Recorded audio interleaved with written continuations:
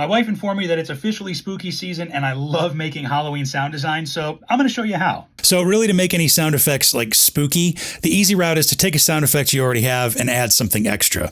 Like, for example, here's a hit. And then you just add some kind of howling wolf, let's say. And you add a couple layers of processing and...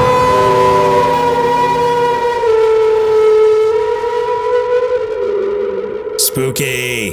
So deep dark drones always set the mood well. Just get a deep note from a synthesizer and then add some pulsing sounds and then add some hits to the mix and you're in creepy territory. Happy spooky season.